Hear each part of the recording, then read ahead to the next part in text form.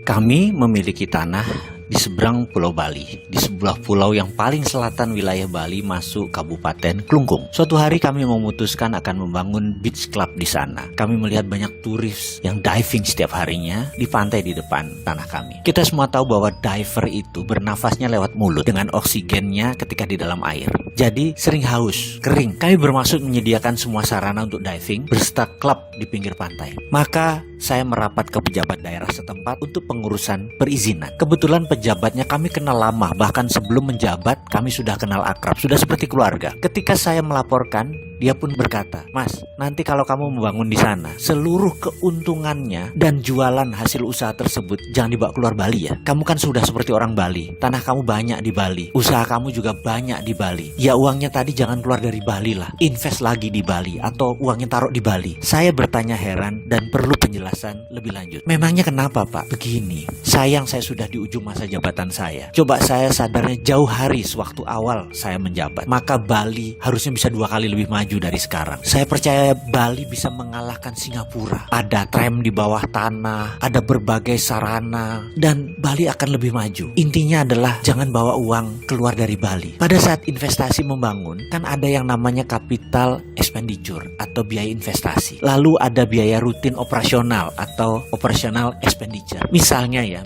kamu invest 100 miliar, lalu sales kamu katakanlah 30 miliar per tahun. OPEX-nya anggap kira-kira 10 miliar. Yang 20 miliar adalah keluar dari Bali karena untuk bayar investasi lagi, capex-nya kamu. Bayangkan, kalau uang itu 100% mengendap di Bali, saya rasa mereka akan membangun terus berbagai sarana, bukan melulu hotel, ada ratusan macam bisnis. Ada ratusan sarana seperti jalanan, rumah sakit, dan lain sebagainya akan tumbuh. Sayangnya, di Bali ini investasinya 80% uangnya keluar dari Bali. Hanya 20%-an aja yang tinggal di Bali sebagai operation expenditure, yang capex keluar dari Bali. Padahal mereka itu orang Bali sendiri. Malah begitu untung malah taruh uangnya di Jakarta, diletakkan di negara lain. Itu yang saya sayangkan. Jadi kamu setelah membangun usaha di Bali, usaha tersebut jalan, usahakan uangnya diputar lagi di Bali. OPEX dan CAPEX-nya tadi diputar lagi atau simpan di Bali. Saya yakin ekonomi Bali akan tumbuh 3 kali lipat. Sarana dan semua kebutuhan di Bali menjadi tumbuh sangat cepat. Kalau kamu nggak janji ya uang Bali untuk Bali, maka izin ini akan saya pertanyakan berkali-kali sampai kamu sanggup membantu Bali. Saya tanpa berpikir panjang menjawab, "Pasti Pak, saya di Bali itu udah 40 tahun bolak-balik, sudah jadi rumah kedua saya. Rumah saya di sini pun banyak dan saya tinggal di sini kok. Pasti saya putar di Bali." Kemudian dia menjawab, "Ini hanya komitmen loh ya, hanya oral. Jadi hanya komitmen di dalam hati. Secara moral dan semangat membangun Bali,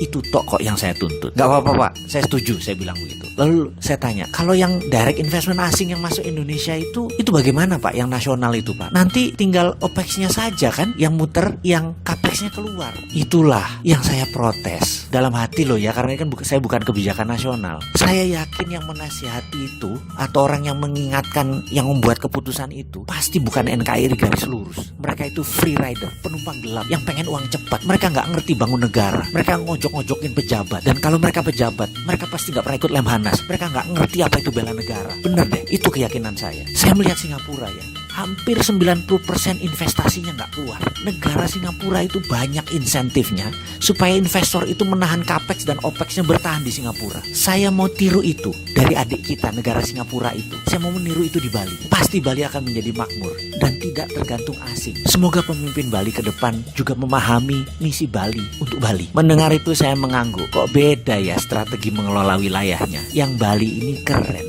Saya setuju.